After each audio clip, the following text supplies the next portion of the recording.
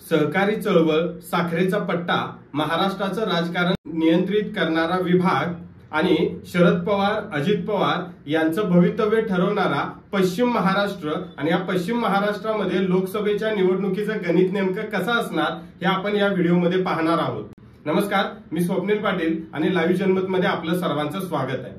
पश्चिम महाराष्ट्रामध्ये पुणे, सातारा, सांगली, कोल्हापूर आणि सोलापूर या जिल्ह्यांचा समावेश होतो। अशा या 5 जिल्ह्यांमध्ये 10 लोकसभेचे मतदारसंघ येतात आणि या लोकसभेच्या मतदारसंघामध्ये नेमकं मतदान कशा स्वरूपाचं झालं आणि याचे निकाल कशा पद्धतीने लागत आहेत हेच आपण या व्हिडिओमध्ये पाहणार। पहिला लोकसभा मतदारसंघ येतो तो म्हणजे पुणे लोकसभा मतदारसंघ।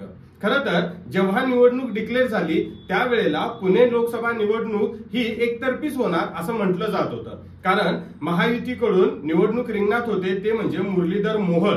मुरलीधर मोहोळ हे देवेंद्र फडणवीसांचे अत्यंत जवळचे, त्यासोबतच पुण्याचे माजी महापौर म्हणून असलेली त्यांची ओळख, त्यांचं काम आणि वरिष्ठ उच्च शिक्षित आणि वरिष्ठांशी असलेले संबंध यामुळे मुरलीधर मोहोळ हे एकतर्फी निवडून येतील असं म्हटलं जात होतं।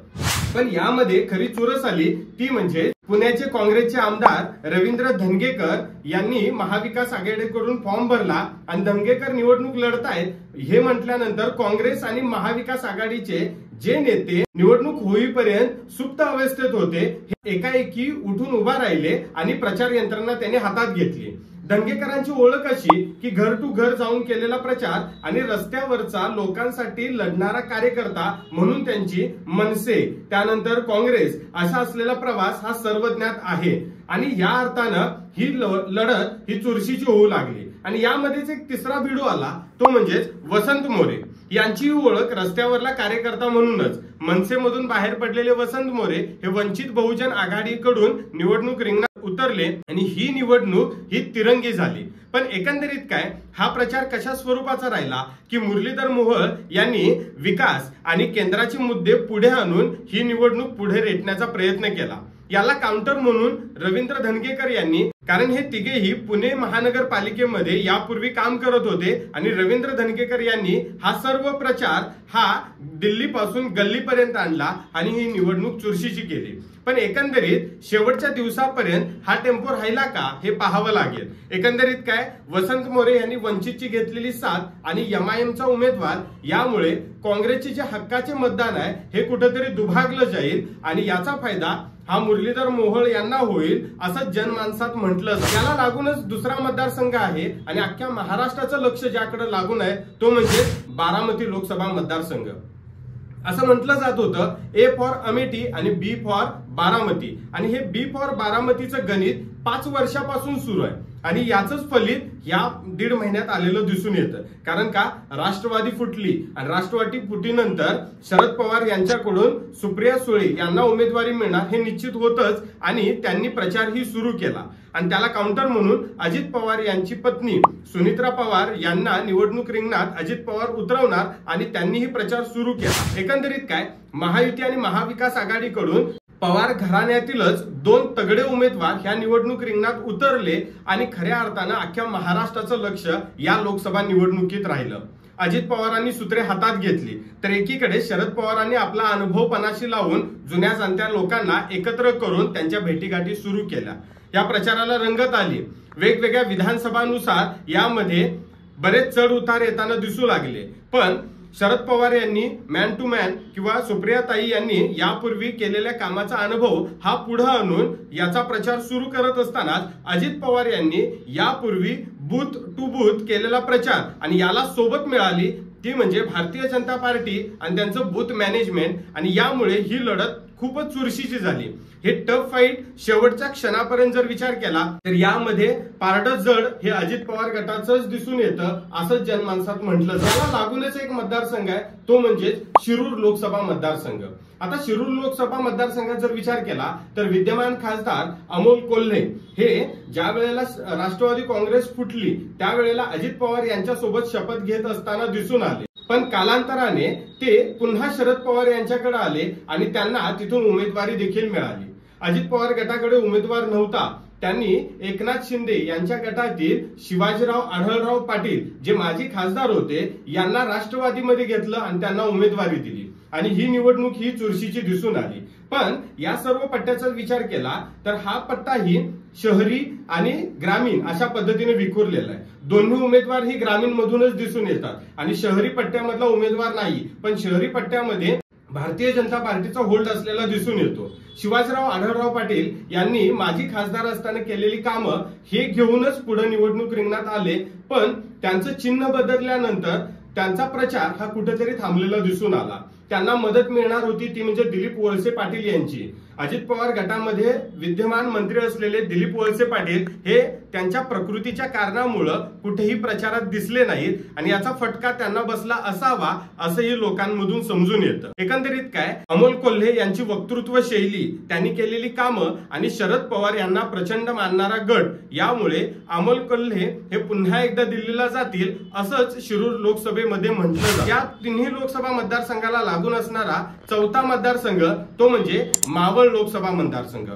विद्यमान खासदार श्रीरंग बारणे यांनी यापूर्वी बूथ मॅनेजमेंट आणि डोर टू डोर केलेला प्रचार, यामुळे त्यांचं पारड या ठिकाणी जड आहे असंच म्हटलं जात होतं आणि त्यांना फाईट देण्यासाठी संजोग वाघोरे हे शिवसेना म्हणजे उद्धव ठाकरे गटामध्ये त्यांनी प्रवेश केला। नुकत्याच काही महिन्यात प्रवेश केल्यानंतर त्यांनी प्रचार यंत्रणा राबवली। पण हा मतदारसंघ जर विचार केला तर मुंबई पासून रायगड आणि पुणे असा विखुरलेला दिसून येतो, शहरी आणि ग्रामीण स्वरूपात आहे। वाघोरे यांना प्रचार करत असताना काही मर्यादाही आलेल्या आपण पाहिलेले आहेत आणि एकंदरीत यामुळे पुन्हा एकदा श्रीरंग बारणे हे खासदार या ठिकाणी होऊ शकतात असं या ठिकाणची जनता म्हणताना। पुणे सोडल्यानंतर दुसरी एक हाय व्होल्टेज ड्रामा किंवा चुरशीची लढत झाली ती म्हणजे सातारा लोकसभा मतदारसंघ।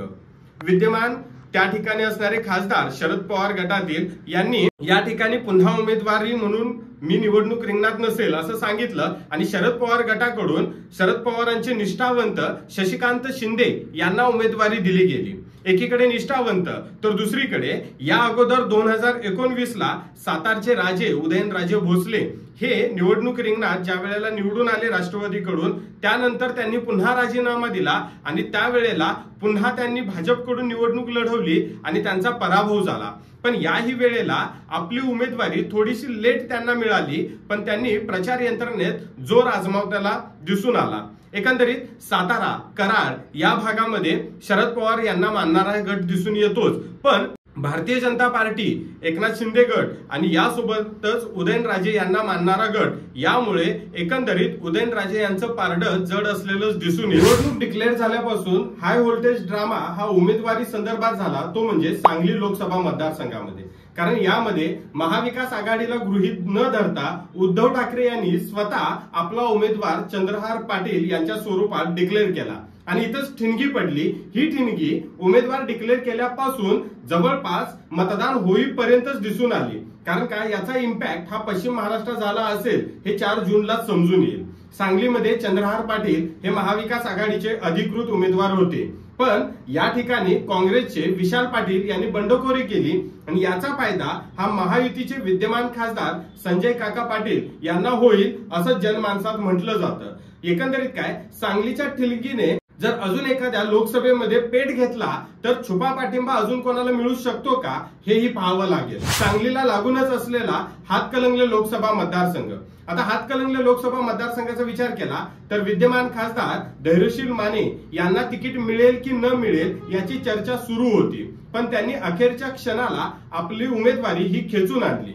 यांच्या विरोधात माजी खासदार राजू शेट्टी हे ठाण मांडून होतेच, कारण का गेल्या 5 वर्षापासून पायाला भिंगरी बांधून त्यांनी हा लोकसभा मतदारसंघ पालथा घातला होता। उसाचं राजकारण आणि अन्य त्यांना मानणारा गट यांना घेऊन त्यांनी आपली प्रचार यंत्रणा चालू केली होती। महाविकास आघाडीकडून ते निवडणूक रिंगणात असतील असं म्हटलं जात होतं, पण अन्य वेळी त्यांनी स्वतः सुभाष साथाटला आणि महाविकास आघाडीकडून सत्यजित पाटील आबा सरोडकर यांना उमेदवारी डिक्लेअर झाली।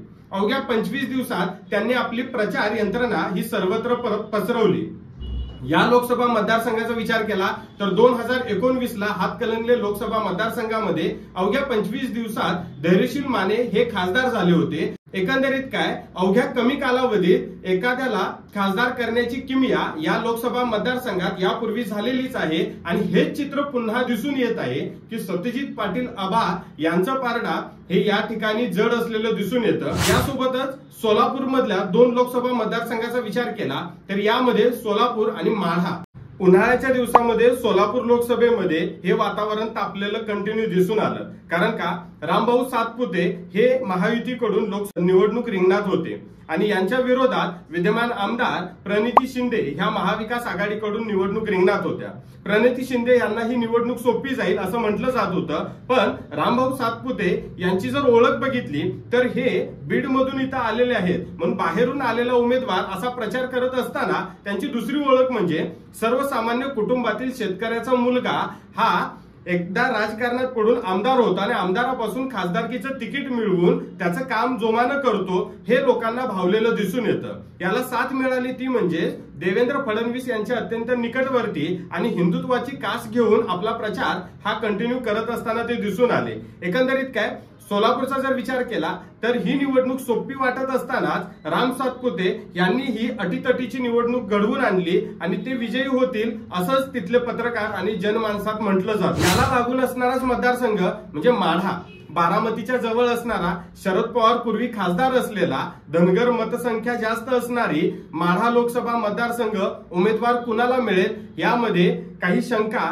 किंवा उमेदवारी संदर्भात चर्चा चालू असतानाच महायुतीचा उमेदवार बिनधास्त निवडून येईल असं म्हटलं जात होतं। पण ऐन वेळेला धैर्यशील मोहिते पाटील यांनी महायुतीतून आपली साथ सोडून शरद पवार गटात प्रवेश केला आणि तुतारी हातात घेतली आणि त्यांनी ही निवडणूक रंगतदार बनवली। एकंदरीत सोलापूर आणि माढा या दोन्ही लोकसभेवर त्यांचं वर्चस्व यापूर्वीही राहिलेलं आहेच। राजकीय घराणी त्यासोबतच ऐतिहासिक घराणी या सर्वांनी त्यांना साथ दिलीच। यासोबतच धनगर मतं ही त्यांना मिळतील असं म्हटलं जातं आणि त्यामुळेच तेही या ठिकाणी निवडून येऊ शकतात असं जाणकारांचं मत राहतो। तो म्हणजे कोल्हापूर लोकसभा। कोल्हापूर लोकसभेमध्ये महाविकास आघाडीकडून शाहू महाराज यांना उमेदवारी डिक्लेअर केली होती। एकंदरीत महाविकास आघाडीचं असं नियोजन होतं की शाहू महाराजांना निवडणूक रिंगणात उतरवायचं आणि पुरोगामित्वाची साथ अखंड महाराष्ट्राला घालायची आणि बऱ्याच जाणकारांचं मत होतं की शाहू महाराज या ठिकाणी वनवे निवडून येतील। महायुतीमध्ये उमेदवार देताना थोडा वेळ लागला पण विद्यमान खासदार संजय दादा मंडलिक यांना उमेदवारी दिली। एकंदरीत एकनाथ शिंदे यांनी प्रत्यक्ष घातलेलं लक्ष आणि भारतीय जनता पार्टीचं बूथ मॅनेजमेंट आणि धनंजय उर्फ मुन्ना महाडिक यांनी स्वतः प्रचार यंत्रणा हातात घेतली आणि ही निवडणूक जी एकतर्फी वाटत होती यामध्ये रंगत भरली। एकंदरीत ही निवडणूक फारच चुरशीची झाली। या ठिकाणी असणाऱ्या 6 विधानसभेचा जर विचार केला तर 3 आणि 3 महाविकास आघाडी आणि महायुती अशीच चर्चा होती, पण यामध्ये एकंदरीत भारतीय जनता पार्टी यांचं बूथ मॅनेजमेंट आणि सर्व प्रचार यंत्रणा यातून संजय मंडलिक हे विजयी होतील असंच इथली जनमानसामध्ये आता म्हटलं। सर्वांचा विचार करता पश्चिम महाराष्ट्रामध्ये नेमके 10 पैकी कोण खासदार होतील हे तुम्ही कमेंट बॉक्स मध्ये नक्की सांगा। राष्ट्रवादीच्या फुटीनंतर शरद पवार आणि अजित पवार यांचं भवितव्य टांगणीला लागलेलं आहे, तर यापुढे त्यामध्ये कोणाला साथ मिळेल हेही तुम्ही कमेंट बॉक्स मध्ये नक्की सांगा। लोकसभा तरी झाली पण विधानसभेला याचा परिणाम पश्चिम महाराष्ट्रात कसा होईल, सहकार चळवळ आणि साखर यामध्ये याचा परिणाम कसा दिसून येईल हेही कमेंट बॉक्स मध्ये नक्की सांगा। जर चॅनेलवर तुम्ही नवीन असाल तर नक्की सबस्क्राईब करा, लाईक करा आणि शेअर करा आणि तुम्हाला यापुढे अजून कशा पद्धतीचे व्हिडिओ हवेत हेही तुम्ही कमेंट बॉक्स मध्ये नक्की सांगा। धन्यवाद।